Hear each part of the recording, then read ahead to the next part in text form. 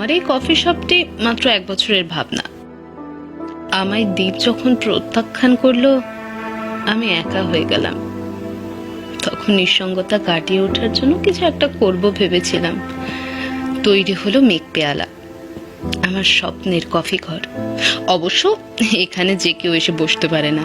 আশ্চর্য ব্যাপার, কেন যে কেউ আসতে পারে না? একমাত্র ব্রেকআপের পর নিঃসঙ্গ মানুষেরাই আসতে পারে নিজের সঙ্গে কথা বলার জন্য। একা 1 কাপ কফির সঙ্গে স্মৃতিকে অভ্যর্থনা জানানো ভেবেছিলাম চলবে না। ব্রেকআপ, তারপরে এরকম একটা পাগলামোর কোনো মানে হয় না জেনেই এসেছিলাম। কিন্তু আশ্চর্য, এখন প্রত্যেক সন্ধেবেলায় একা মানুষের ভিড়। কত কত বিচ্ছিন্নতার আশ্রয় হয়ে উঠলো আমার মেঘ পেয়ালা। আপনার কনসেপ্টটা অসাধারণ ম্যাডাম। পৃথিবীতে এই প্রথম প্রত্যাখ্যাত মানুষের জন্য নির্দিষ্ট হলো কোনো কফি শপ। নামটাও চমৎকার, মেঘ পেয়ালা। কে দিয়েছিল নামটা? আমার প্রাক্তন পুরুষ দীপমাল্য বন্দ্যোপাধ্যায়। ওর কবিতার বইয়ের থেকেই নেওয়া। ওকে ছেড়ে দিলেন, অথচ আমি ছাড়িনি, ও আমায় ছেড়েছে। যাই হোক, নামটা অন্য কিছু নিলেও তো হতে পারতো। পারতো, কিন্তু হওয়াইনি। এই দেখুন না, ওখানে একটা বোর্ড রেখে দিয়েছি আর একটা মার্কার পেন। খুব একা লাগলে, প্রিয়জনকে মিস করলে তার নাম বা কিছু কথা লিখে সই করে দিতে পারেন। অভিনব, দুর্দান্ত আইডিয়া। স্মৃতিকে এত সুন্দর করে রাখা যায় তা আপনার এখানে না এলে বোঝা যেত না। Madam, may I ask you a straight question? Question? বুঝেছি, আমার ব্রেকআপটা কেন হলো এই তো। হ্যাঁ, মানে তেমনই ধরে নিলে। মিলল না। হি ওয়াজ এ জিনিয়াস। আমার মতো সাধারণ নয়। ভাবনা আলাদা হবে স্বাভাবিক, কিন্তু ওকে আটকে রাখা মানে জলপ্রপাতকে চৌবাচ্চা এনে পড়ে ফেলা। কেন অসাধারণ? কেন? দীপমাল্য কি নয়, ওর ভাবনা ওকে জিনিয়াস করে দিয়েছে। ও রামকিঙ্করকে লিওনার্দোর জন্মান্তর মনে করত। ও মনে করে রবীন্দ্রনাথ পৃথিবীর শ্রেষ্ঠ সুরকার। ও বলতো নাটকের জন্য রবীন্দ্রনাথের আরো একবার নোবেল পাওয়া উচিত ছিল। যদিও এগুলো নতুন ভাবনা নয়। আচ্ছা, কিন্তু ও আসলে কি, মানে ওর পরিচয়টা? আচ্ছা, এই মেঘ পেয়ালার কফি আপনার কেমন লাগলো? চমৎকার। আর কফির সাম্রাজ্যে আপনার এই অভিনব প্রিপারেশন, গ্রিফ, সত্যিই অভিনব, খুব ইনোভেটিভ। যাই হোক, দীপমাল্য একজন একজন প্রকাশক। অথচ বললেন ওর কবিতার বই থেকে মেঘ পেয়ালা নামটা নেওয়া। হ্যাঁ, কবিতা লিখলে ওর সময়ের অন্যতম কবি হতো সন্দেহ নেই, কিন্তু প্রকাশক হয়ে গেল। এখন ওর প্রতিষ্ঠান বিরাট। আমরা স্বপ্ন দেখতাম ওর বইয়ের দোকানের এক কোণে ছোট্ট একটা কফির আয়োজন থাকবে। সেটা সামলাবো আমি, আর ও দেখবে ওর বইয়ের বিপণন। তাহলে এখন দুজন দু প্রান্তে, দুটি স্বপ্ন, অথচ আলাদা আলাদা। মানে ওর দোকানে বই থাকলো আর কফি ঘরটা বানালেন আপনি। হ্যাঁ, তা আপনি কে? কেনই বা আপনার ব্রেকআপ হলো? অবিশ্বাস, সন্দেহ আর অমূলক দোষারোপ। জানেন, সম্পর্ক ভেঙে যাবার কিছু ট্রিগার পয়েন্ট আছে। যেমন ধরুন, ছোটখাটো অভিমানে রাগ বেড়ে যাওয়া। সঙ্গীর যে কোনো আচরণই যদি রাগের কারণ হয়, ভালো মন্দ বিচার না করেই যদি সঙ্গী আপনাকে ক্রমাগত দোষারোপ করে, তাহলে ধরে নিতে হবে বিচ্ছিন্নতা নিশ্চিত। আমাদেরও তাই হয়েছিল, ক্রমাগত ভুল নিয়ে চাপাচাপি। শারীরিক টান প্রেমের স্পার্ক, ওটা এসেনশিয়াল। সেটাও আর মন থেকে তেমন জেগে উঠল না। দুজনের কথা যদি ক্রমশ ফুরিয়ে আসে, তাহলে ছেড়ে না গিয়ে আর উপায় নেই। এবং ইগো থেকে সন্দেহ তৈরি হয়, সন্দেহের থেকে ব্রেকআপ। জানেন, একেবারে ঝোঁকের মাথায় এই কফি শপটা বানিয়ে ফেললাম।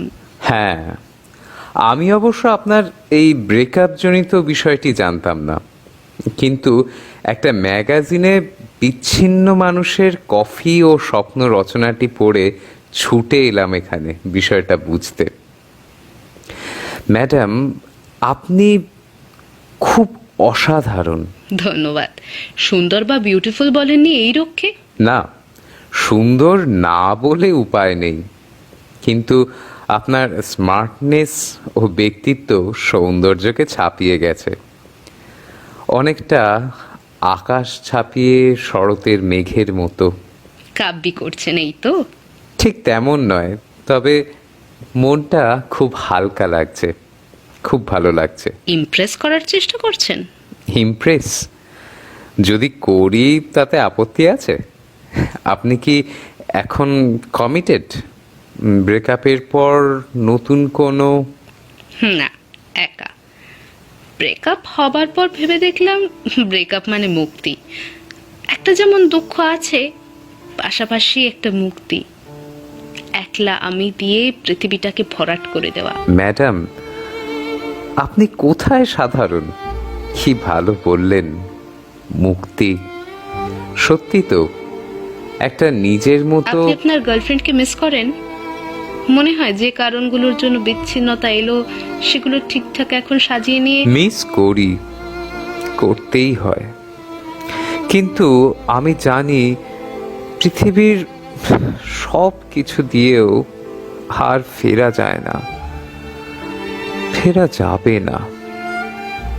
উঠুন, এগিয়ে যান, মার্কার কলমটা দিয়ে ওই হোয়াইট বোর্ডে নামটা লিখুন। আর এখন যদি সে এসে দাঁড়ায় তবে কি বলবেন সেটাও লিখুন। আমি বলবো, কি জানি কি বলবো, তবে মেয়েটি ফরওয়ার্ড, কোনো ভনিতা নেই, স্ট্রেট, মুখের উপর নিজের মতটি প্রকাশ করতে কোনো দ্বিধাবোধ করেনি। পাশাপাশি অবশ্য অধিকারবোধ ছেয়ে গেল, আর তাই ওকে হারালাম। আমি জীবনটা নতুন করে সাজাচ্ছি। শুধু যে কফি শপ বানিয়েছি এমন নয়, এখানে নো হর্ন জোন করতে পেরেছি। খেয়াল করেছেন নিশ্চয়ই, নিস্তব্ধতা বজায় রাখবার জন্য এখানে অকারণে হর্ন বাজানো যাবে না। আর এখানে ওই বাইরেটার সামনে একটা ছোট্ট নার্সারি খুলবো, উপহারের জন্য গাছ রাখা হবে। জানেন, ব্রেকআপের পর অপ্রিয় ব্যাপারটার আর কোনো মানে হয় না। চলে যাওয়া মানুষের প্রতি শুভেচ্ছা জানিয়ে গাছ বসানোর কথা ভাবছি। রিয়েলি? অসাধারণ। কিন্তু গাছ বসাবেন কোথায়? জায়গা কোথায় রাখা হবে গাছেদের? একদিন এখানে কফি খেতে এসে একটি মেয়ে আমার এই কনসেপ্টটা শুনে খানিকটা জায়গা দিয়েছে বাঁকুড়ার একটা গ্রামে, এবং ওখানে। আপনি দেখেছেন সেটা? সত্যি কেমন যেন একটা। হ্যাঁ, ওই মেয়েটি নিয়ে গেল আমায়। একটা লং ড্রাইভ, সানগ্লাস, গান আর হাইওয়ের সাথে বন্ধুত্ব। প্রথম গাছটি ও তার চলে যাওয়া বন্ধুর নামে উৎসর্গ করলো। ছোট্ট একটা নেম প্লেট, তাতে লেখা, অরূপকে মনে রেখে দীপান্বিতা, তুমি আমার চৈত্রের শাল গাছ। দীপান্বিতা? মেয়েটি নাতি দীর্ঘ, শ্যামলা, চোখে কালো ফ্রেমের চশমা, গালের বাঁ দিকে একটা তিল, শাড়ি পরতে ভালোবাসে, প্রিয় খাবার চাইনিজ, ভীষণ সমুদ্র ভালোবাসে। না মানে কি নিয়ে যেন। জায়গাটা একসময় ওকে গিফট করেছিল ছেলেটি। ওরা একসঙ্গে নিরিবিলিতে কাটাবে বলে একটা বাংলো করবে ভেবেছিল, হয়নি। জায়গা থাকলো অথচ সম্পর্ক থাকলো না। বাংলো? জায়গাটার পশ্চিম দিকে একটা মাঠ, মাঠ পেরিয়ে দূরের সীমান্ত, সীমান্ত পেরিয়ে একটা দিঘি, প্রচুর পাখি। আচ্ছা ম্যাডাম, মেয়েটি বলেনি যে সীমান্তর ডাকনাম হলো সাঁঝবাতি? আপনি তার মানে অরূপ? মেয়েটি আপনাকে এত ভালোবাসে এখনো? ম্যাডাম, দীপান্বিতা এখনো একা? সত্যিও আমার জন্য ওই জায়গায় একটা গাছ উৎসর্গ করেছে? হ্যাঁ, পৃথিবীটা সুন্দর করতে চাই অরূপ। প্রিয় মানুষের প্রতি গাছ উৎসর্গ করে সবুজ একটা স্মৃতির জায়গা বানাতে চাই। ম্যাডাম, কেমন যেন অলিক মনে হয় সবকিছু। ইচ্ছে করছে আরো একবার ফিরে যেতে, আরো একবার দীপার কাছে গিয়ে নতুন ভাবে চেয়ে দেখতে ওকে। না না, আবার সেই বিরোধ, সন্দেহ, ঝগড়া, ভুল বোঝাবুঝি। না ম্যাডাম, না। পৃথিবীর সব সম্পর্ক কোথাও গিয়ে থামিয়ে দিতে হয় বলেই স্মৃতি তাদের বাঁচিয়ে রাখে। ওই হোয়াইট বোর্ডটায় প্রিয়জনের নাম লিখতে গিয়ে সবাই আশা রাখে এই মেঘ পেয়ালায় একদিন তার ছেড়ে যাওয়া মানুষটা আসবে, হাতের লেখা চিনতে পারবে। সামান্য নিস্তব্ধতা, তারপর হয়তো হয়েছে এমন কখনো? নাম লিখতে গিয়ে খুঁজে পেয়েছে তার চলে যাওয়া মানুষকে? হয়েছে। এরকম অন্তত 10 জন লিখতে গিয়ে হাতে লেখা ও নাম দেখে অবাক হয়ে গেছে। মেঘ পেয়ালায় নতুন ভাবে জীবন সংশোধিত হয়েছে, আবার জুড়ে গেছে, যোগাযোগ করেছে, সব ঠিকঠাক করে দুজনে এসে কফি নিয়ে বসে আমায় অভিবাদন জানিয়েছে। আমি মুগ্ধ হয়ে মেঘ পেয়ালার বারান্দায় দাঁড়িয়ে আনন্দের সার্থকতা খুঁজে পেয়েছি। সত্যি ম্যাডাম, আপনার এই অসাধারণ ভাবনায় এই শহর কত মানুষকে ফিরিয়ে দিল আবার তার নিজের মানুষের কাছে। আপনি যাবেন একদিন? চলুন, দীপান্বিতা তো আপনাকে মিস করে। আপনার মেঘ পেয়ালার সেই মিসিং লিঙ্ক বলুন। হ্যাঁ, তাও বলতে পারেন। আচ্ছা, সেই সেই জায়গায় গাছের ব্যাপারে আপনি দীপমাল্যকে কিছু উৎসর্গ করেননি? কোনো গাছ, প্রিয় লাইন, না বলা কথা? না, মনে হয় কত কিছু বলার বাকি থেকে গেল। শুনুন, আর এখানে একটা ডাক বাক্স আছে, কিছু মনে হলে লিখে রেখে যাবারও বন্দোবস্ত রয়েছে। এইসব চিঠি এই সময়ের শূন্যতার গম্বুজ। উঠি ম্যাডাম, অনেক কথা হলো, ভালো লাগলো। কি বলে যে ধন্যবাদ জানাই আপনাকে। দীপান্বিতাকে বলবো যে আপনার সঙ্গে দেখা হয়েছিল? না, অবশ্য আমার খুব সেই গাছটার সামনে দাঁড়াতে ইচ্ছে করে। জানেন, প্রত্যেক কবির নিজস্ব এক একটা গাছ থাকে। যেমন যেমন ধরুন, শক্তি চট্টোপাধ্যায়ের শাল গাছ, রবীন্দ্রনাথের তাল গাছ, জীবনানন্দের হিজল। দীপান্বিতার সেই আমাকে উৎসর্গ করা গাছটার সামনে দাঁড়াতে ইচ্ছে করে খুব। চলুন, আমরা কিছুদিন বাদে কয়েকজন যাচ্ছি প্রিয় মানুষকে সবুজ করে দেব বলে। তার আগে আপনাকে একটা জিনিস দিতে চাই। জিনিস? আমাকে কেন? ধরুন, এটা একটা বই, ধরুন কবিতার বই। কবিতা? খুলুন, নিন, দেখুন বইটি দীপমাল্যর, উৎসর্গে লেখা। জৈনী, তোমাকে মেঘ মনে করে। হ্যাঁ, দ্বীপের প্রকাশনাটা আমি কিনে নিয়ে ওকে বাঁচিয়ে দিয়েছি বলতে পারেন। দেউলিয়া হয়ে গিয়েছিল স্বপ্নের বইগুলি ছাপাতে গিয়ে। সব ছেড়ে দিয়ে আবার কবিতার কাছে ফিরে গেছে। আমাকে অনুরোধ করেছিল আপনাকে উৎসর্গীকৃত বইটি কোনো এক দুপুরে গিয়ে দিয়ে আসার। তাই আপনি? অথচ এতক্ষণ বলেননি, চেপেছিলেন আপনি। তাহলে আমরা বন্ধু। প্রকাশনাটা আমি কিনেছি ওর ধার দেনা শোধ করে বন্ধুকে বাঁচিয়ে দেব বলে। দীপমাল্য এখন? আমায় প্লিজ নিয়ে চলুন। অরূপ, আপনি তো দীপমাল্যর সন্ধান জানেন, যাবেন না? থাক থাক।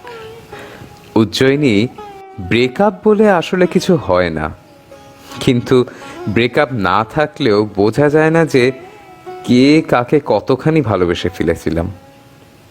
পারবেন না উজ্জয়িনী দীপকে আরো একবার কাছে ডেকে নিতে, সব বিরোধ মিটিয়ে? আপনিও তো দীপান্বিতার কাছে। পারি, হয়তো পারতাম, কিন্তু আমি বিবাহিত এখন ম্যাডাম, তা আর হয় না। অরূপ, আমিও যে বিষাদ কাটানোর জন্য আরো একটা সম্পর্কে জড়িয়ে পড়েছি, কি করে ফিরবো বলুন? একটু অপেক্ষা রাখতে পারলেন না? সামান্য অপেক্ষা, একটু ক্ষমা, একটু আগলে রাখা, একটু সহ্য, একটু সহিষ্ণুতা, সামান্য ধৈর্য। অপেক্ষা করলে আমি পাগল হয়ে যেতাম, তাই যাকে পেয়েছি তাকেই। অরূপ, অরূপ, আমি পারিনি, পালিয়ে বাঁচতে চেয়েছি। আপনি এখন কমিটেড টু অনিক মল্লিক, একজন স্কলার। হ্যাঁ, এটা কি করে জানলেন? কি করে জানলাম? আপনি হয়তো এটা জানেন না যে ওর থিসিসটা মাত্র সামান্য কিছু টাকায় লিখে দিয়েছিল দীপমাল্য। কি বলছেন? কি বলছেন অরূপ? হ্যাঁ, দেউলিয়ায় নিঃস্ব হয়ে নিজের প্রতিভা বিক্রি করেছে দীপমাল্য। খবর রাখেন উজ্জয়িনী? কি না হয় বই পাড়াতে। দীপমাল্য প্রকাশনায় নিজের বই প্রকাশ করতে গিয়ে আলাপ হয়েছিল ওদের। আপনার সঙ্গে অনেকের সম্প্রতি যোগাযোগের খবর দীপমাল্য অনিকের কাছেই পায়। অরূপ, এটাও সম্ভব? ওর থিসিস নিয়ে? ম্যাডাম, আমার সঙ্গে দীপমাল্যর কটা মাস আগে ট্রেনে আলাপ। আমি বাঁকুড়ার ওই স্বপ্নের জায়গাটা দূর থেকে শুধু দেখতে গিয়েছিলাম। ফেরার পথে ছেলেটিকে দেখে পরিচয় করে ভালোবেসে ফেলেছি। ও আমার বন্ধু। ও ফিরছিল বইমেলা থেকে বিধ্বস্ত এক স্বপ্ন নিয়ে। প্লিজ প্লিজ, আপনি... আপনাকে উৎসর্গ করা কবিতার বইটার সূত্রেই সব জানতে পেরেছি। সত্যকে আমরা অসহ্য মনে করে দূরে সরিয়ে দিই, যেমন দ্বীপকে সরিয়ে দিয়েছেন আপনি। অথচ আলাপের প্রথমে আপনি বলেছিলেন ও আপনাকে ছেড়ে দিয়েছিল। হ্যাঁ, মাঝে মাঝে মিথ্যাকেও আমরা সত্য বলে মনে করে সহ্য করতে অভ্যস্ত হয়ে উঠি। আর একটা ব্রেকআপ ম্যাডাম। অনিককে ছেড়ে বেরিয়ে আসতে পারবেন না ম্যাডাম? পারবেন না দ্বীপকে ডেকে নিতে? ম্যাডাম, কবিতার কাছে ফিরে যান। মেঘ পেয়ালায় ডুবিয়ে দিন দ্বীপের স্বপ্ন, ভালোবাসা, অলিক উষ্ণতা। জানেন, আমাদের প্রত্যেকের জীবনে একটা করে মেঘ পেয়ালা থাকে। একটা ব্রেকআপ থাকে প্রাচীন উড়ালপুলের মতো। একটা ভুল থাকে, অথচ সেটাকে পেরিয়ে যাওয়া যায় না। যায় ম্যাডাম, যায়। যায় বলেই আপনি এই কফি শপ বানিয়েছেন। আসলে প্রতিটি সম্পর্ক ভেঙে যায় বিপরীত মানুষের অপরকে খনন করার প্রবৃত্তি থেকে। এই ছেলেটাকে সম্পূর্ণ না বুঝে আপনি কষ্ট দিয়েছেন। প্লিজ অরূপ, আর আমাকে বলবেন না। হ্যাঁ, আমি কষ্ট দিয়েছি, কিন্তু নিজেও তো কম কষ্ট পাইনি। তাই এখন আমার একমাত্র আশ্রয় ধারণার ভিতর বেঁচে থাকা। ধারণার ভিতরই একজন সবচেয়ে নিরাপদ।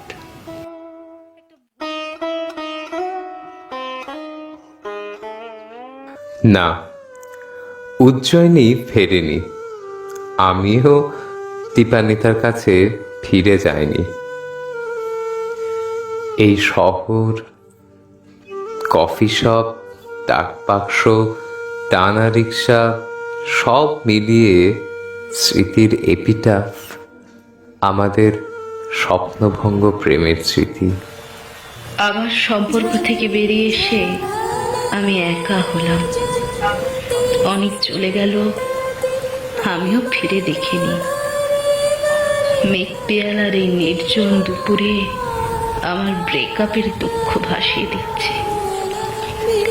তবে যদি দীপমাল্য কোনোদিন এখানে কফি খেতে আসে, আমি হয়তো ফিরে যাব। ও যে আমায় উজান বলে ডাকতো। আমি ভালোবেসে বলতাম, তুমি আমার আজান। মেঘ পেয়ালা আমার সেই সামান্য মন খারাপ, যা না থাকলে বোঝাই যায় না আমাদের একটা মন ছিল। এখনো আছে, সেটা থেকে যায় মেঘের মধ্যে।